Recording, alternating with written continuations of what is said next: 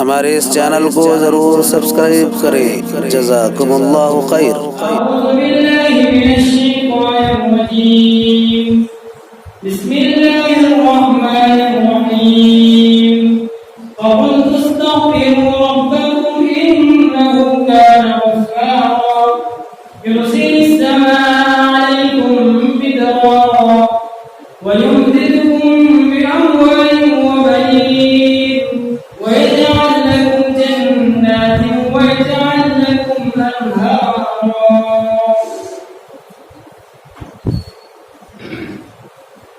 رب اشرح لي صدري ويسر لي أمري واحلل عقدة من لساني يفقهوا قولي اللهم انفعني بما علمتني وعلمني ما ينفعني وزدني علما اللهم ربي زدني علما اللهم ربي زدني علما آمين۔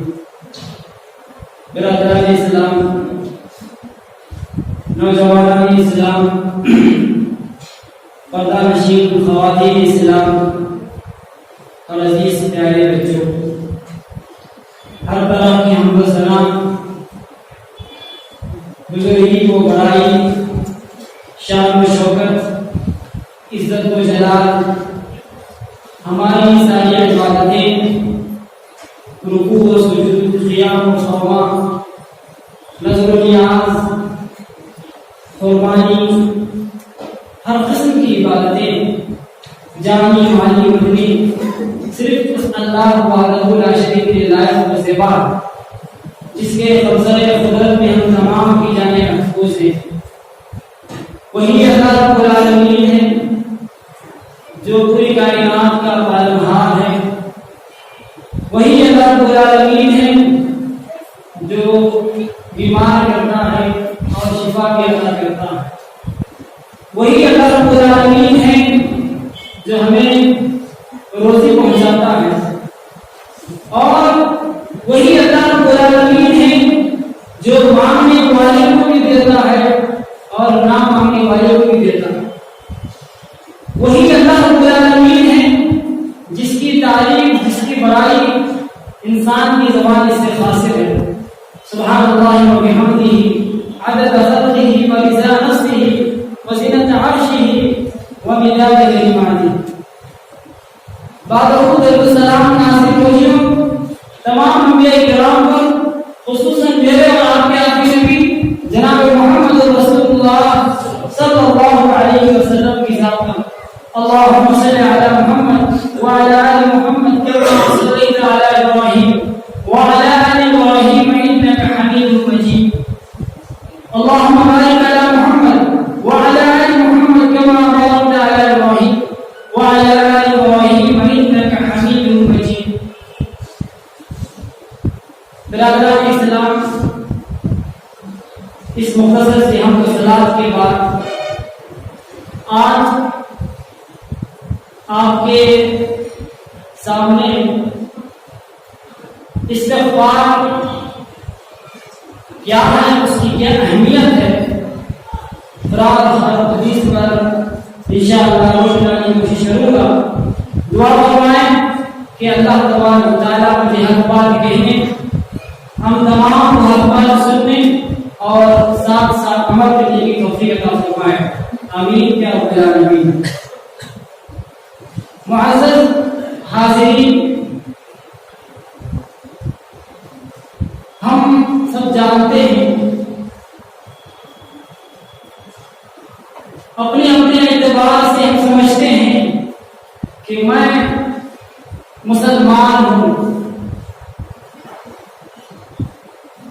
اور یہ بھی جانتے ہیں کہ ہمارا تعلق اللہ رب العالمین سے ہے، ہمارا رشتہ رب العالمین کی ذات سے ہے، اور یہ بھی ہم جانتے ہیں کہ ہمارا ہر کام، ہر فعل، ہر عمل اللہ رب العالمین کے حکم کے برابر ہو۔ اگر اللہ رب العالمین کے حکم کے برابر نہ ہو تو وہ گناہ ہے، تو وہ رب کی نافرمانی ہے۔ اور یہ بھی ہم جانتے ہیں پیارے نبی جناب محمد رسول اللہ صلی اللہ علیہ وسلم نے کیا فرمایا؟ کل بنی آدم خطاء وخیر الخطائین التوابون. آدم کی اولاد تمام کے تمام گنہگار ہیں، خطاکار ہیں. آدم سے غلطی ہونا لازم ہے، گنہگار ہیں. پیارے نبی نے آگے فرمایا وخیر الخطائین التوابون، ان میں سے جو غلطی کرنے والے ہیں، خطا کرنے والے ہیں، رب کی نافرمانی کرنے والے ہیں، رب کے ساتھ اپنا رشتہ توڑنے والے ہیں، برائیوں کو برائی کرنے والے ہیں، ان میں سب سے بہتر وہ ہے جو توبہ کرتے ہیں، استغفار کرتے ہیں. جو انسان گناہ ہو گیا فوراً رب کے دربار میں توبہ کرتا ہے، رب کے دربار میں استغفار کرتا ہے. پیارے نبی صلی اللہ علیہ وسلم کے اس حکم کے مطابق وہ انسان بہت اچھا انسان ہے، بہت بہتر انسان ہے جو توبہ کرتا ہے، اللہ سے معافی مانگتا ہے. تھوڑی دیر اس حدیث کے اوپر ہم اپنا جائزہ لیں کہ ہم گنہگار ہیں یا نہیں. روزانہ ہماری ذات سے، ہمارے نفس سے کتنے گناہ ہوتے ہیں، کتنی برائیاں ہوتے ہیں، اور ان گناہ میں، ان برائیوں میں کچھ گناہ انجانے میں ہوتے ہیں اور کچھ گناہ جان بوجھ کے ہوتے ہیں. لیکن یاد رکھیں گناہ کتنے بھی ہو، برائیاں کتنے بھی ہو، اگر وہ رب کے دربار میں لوٹتا ہے، رب سے معافی مانگتا ہے، توبہ و استغفار کرتا ہے، اللہ رب العالمین اس کے گناہ کو معاف کر دیتے ہیں اور ایسا انسان بہت بہترین انسان ہے.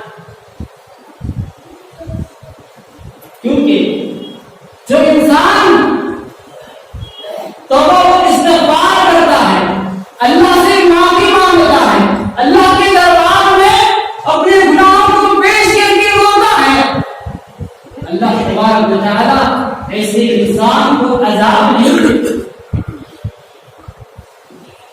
وما كان الله يعذبهم وهم يستغفرون. اللہ کو عذاب نہیں دیتے جو استغفار کرتے ہیں، اللہ سے معافی مانگتے ہیں. تو بات یہی معلوم ہوئی کہ اگر ہمارے سے کوئی بھی گناہ ہو گیا، کوئی بھی غلطی ہو گئی، رب کے دربار میں آئیں، اللہ سے معافی مانگے، اللہ سے استغفار کرے، اللہ سے توبہ کرے. کیونکہ یہ توبہ بہت سارے، یہ استغفار بہت ساری چیزوں کا فائدہ. سب سے پہلے اللہ تبارک و تعالیٰ نے حکم دیا ہے استغفار کرو، اللہ سے معافی مانگو. حضرت الوداع کے موقع پر قرآن مجید کی جو آخری سورت نازل ہونے والی ہے، اس میں اللہ تبارک و تعالیٰ نے پیارے نبی صلی اللہ علیہ وسلم کو جو حکم دیا وہ کیا حکم تھا؟ اذا جاء نصر اللہ والفتح ورأيت الناس يدخلون في دين الله افواجا.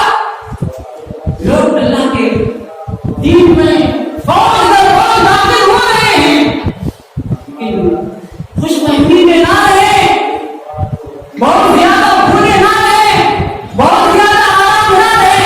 اللہ تبارک و تعالیٰ نے حکم دیا بسب کے ہم روٹی کا واسطہ آپ اپنے رب کی تسبیح بیان کیجیے، استغفار کیجیے.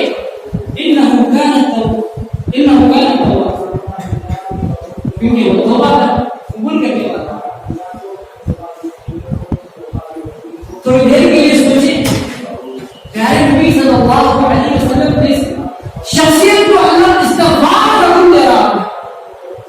آج ہماری زندگی میں کتنا استغفار ہے، کتنا ہم معافی مانگتے ہیں، کتنا ہم توبہ استغفار کرتے ہیں. ہمارا رب کام کر رہا ہے، یاد رکھیں جو انسان دعا و استغفار کرتا ہے اللہ تبارک و تعالی اسے اس کی زندگی میں کامیاب بنا دیتے ہیں، اس کی زندگی میں اسے کامیاب بنا دیتے ہیں، اس کی زندگی کامیاب و کامیاب ہو جاتی ہے۔ اور کوئی انسان رب سے معافی مانگتا ہے، اللہ رب العالمین اس کی زندگی کی پریشانیوں کو، مصیبتوں کو، تکلیفوں کو دور کر دیتا ہے۔ تو استغفار کے ذریعے سے آنے والی پریشانیوں کو اللہ تعالیٰ دور کر دیتا ہے۔ تو استغفار کی وجہ سے اللہ رب العالمین آپ کو معاف بناتا ہے۔ تو استغفار کی وجہ سے اللہ رب العالمین رحمتوں والی، برکتوں والی بارشیں نازل کرتا ہے۔ تو استغفار کی وجہ سے اللہ تبارک و تعالیٰ آپ کو ایسا انعام دے گا جنتوں کی شکل میں جس کے نیچے رہنے جائے گا۔ لیکن توبہ سچی ہو، خالص توبہ ہو، سچی توبہ ہو، ہمارے سے گناہ ہو گیا فوراً اللہ کے سامنے معافی مانگی۔ دوسری چیز عزم کر لیں کہ میں یہ گناہ آئندہ نہیں کروں گا۔ تیسری چیز اس پر شرمندہ ہو جائے۔ اگر ہمارے پاس یہ تین شرائط ہو جائے تو انشاءاللہ اللہ ہمیں معاف کرے۔ اللہ نے بیان فرمایا یا ایھا الذین آمنوا توبوا الی اللہ توبۃ نصوحا، اے لوگوں جو ایمان لائے ہو اللہ سے سچی خالص توبہ۔ فائدہ اللہ نے بتایا عسیٰ ربکم ان یکفر عنکم، امید ہے کہ اللہ تعالیٰ تمہارے گناہوں کو معاف کرے۔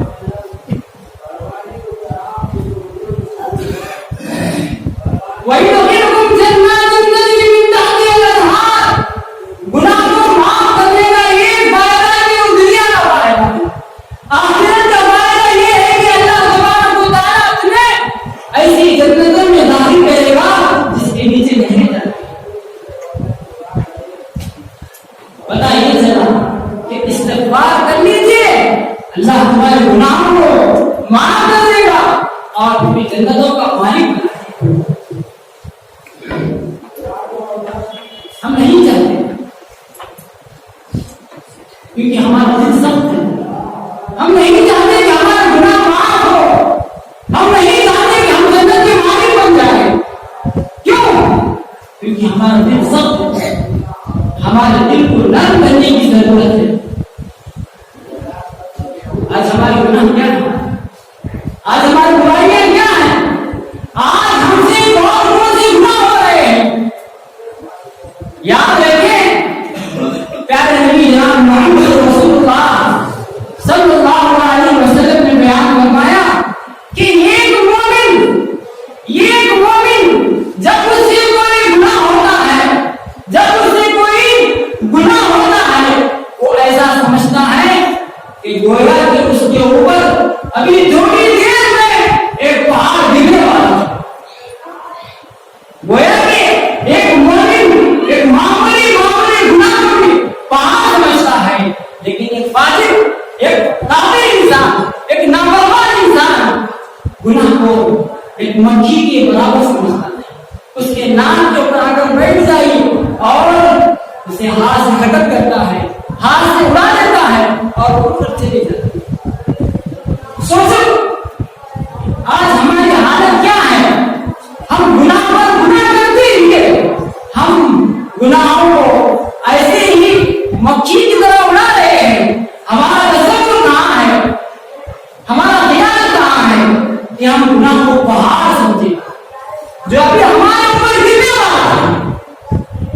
جس روایت میں حضرت انس رضی اللہ تعالیٰ عنہ بیان فرماتے ہیں، اللہ کے نبی حضرت انس بیان فرماتے ہیں کہ آج لوگ جو چھوٹے چھوٹے گناہ کر رہے ہیں، آج ہم بڑے بڑے گناہ کرتے سمجھتے ہیں کہ یہ معمولی ہے، لیکن یاد رکھیں اللہ کے نبی جناب محمد رسول اللہ صلی اللہ علیہ وسلم کے زمانے میں یہ چھوٹے چھوٹے گناہ الموبقات میں شمار ہوتا تھا، الموبقات میں شمار ہوتا تھا۔ یہ وہ گناہ ہے جس سے انسان ہلاک ہو جاتا ہے، جس سے انسان برباد ہو جاتا ہے۔ دیکھیے ہم اپنے نفس کا جائزہ لیں، ہم اپنے آپ کا جائزہ لیں۔ صبح ہونے کے ساتھ ساتھ، سورج ملنے کے ساتھ ساتھ، سورج ڈوبنے تک، رات کا اندھیرا چھانے کے بعد، پھر دن کا اجالا ہو جانے کے بعد ہم کتنے گناہ کر رہے ہیں۔ تو گویا کہ ہم گناہوں کو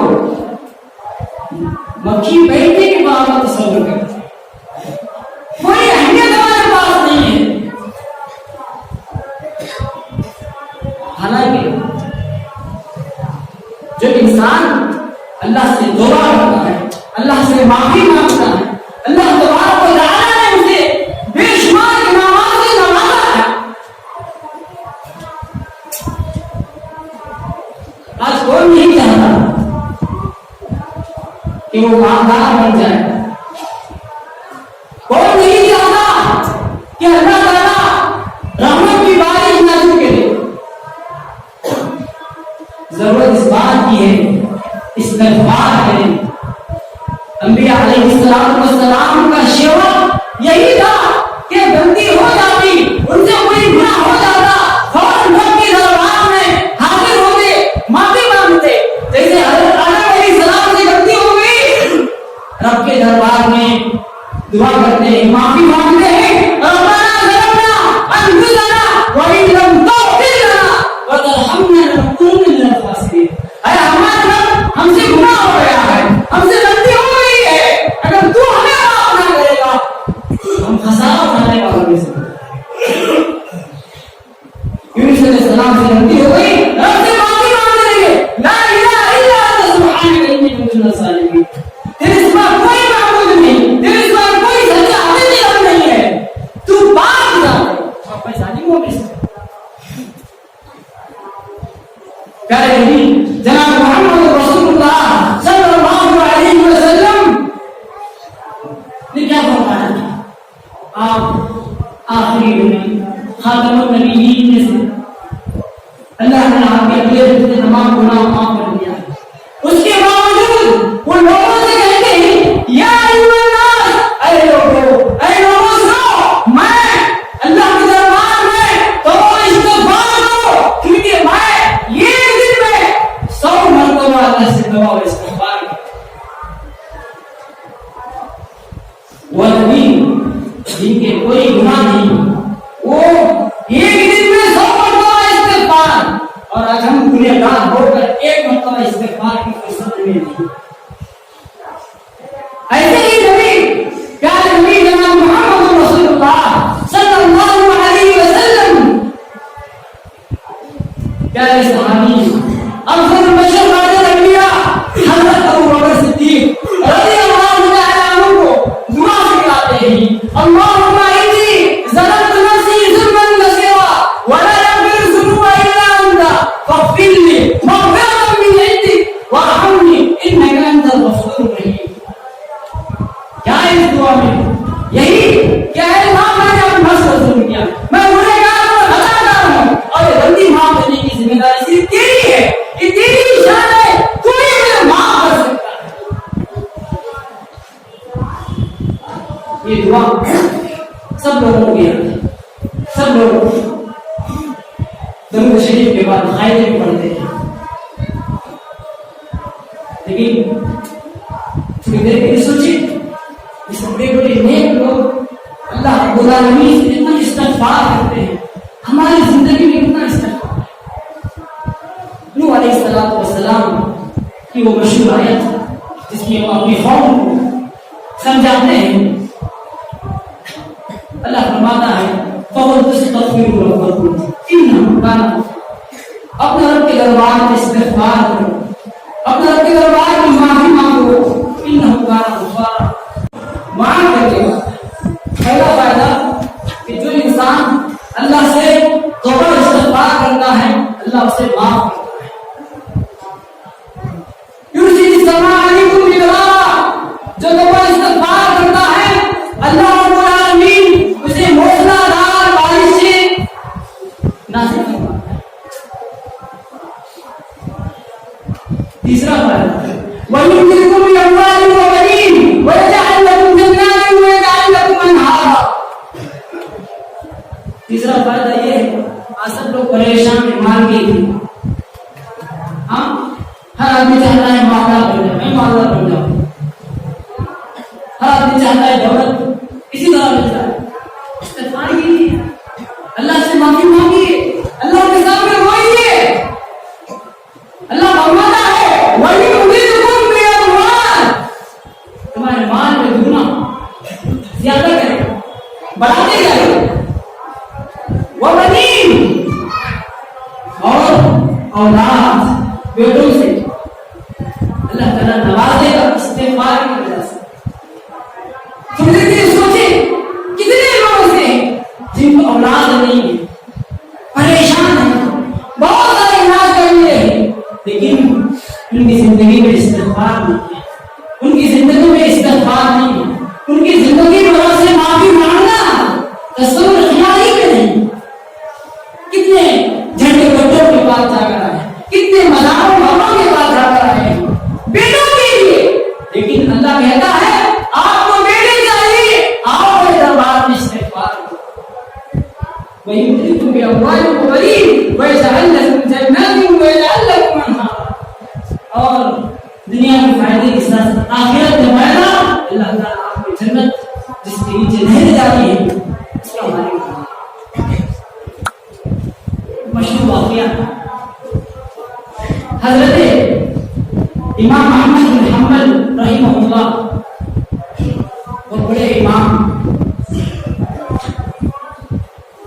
دیکھیے اللہ کیسے استغفار سے، اللہ سے استغفار سے کتنا بڑا فائدہ ہے، کتنی خوشیاں عطا کرتا ہے، کتنی انعامات سے نوازتا ہے.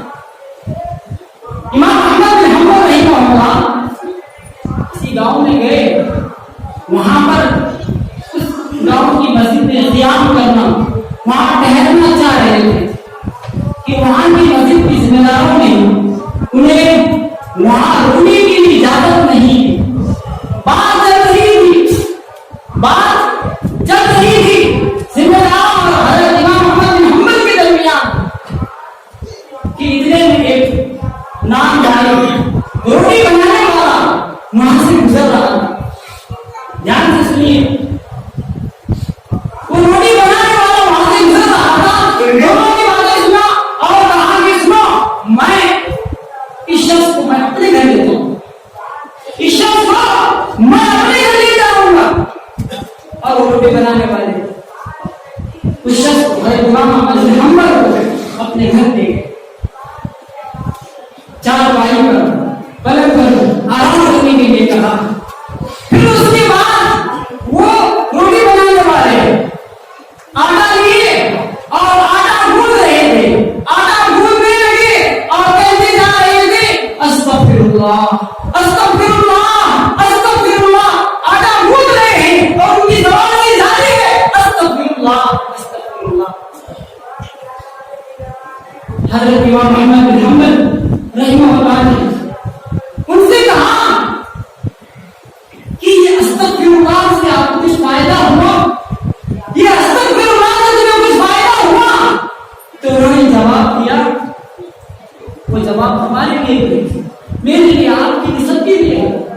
انہوں نے کہا کہ یہ استغفر اللہ کی وجہ سے اللہ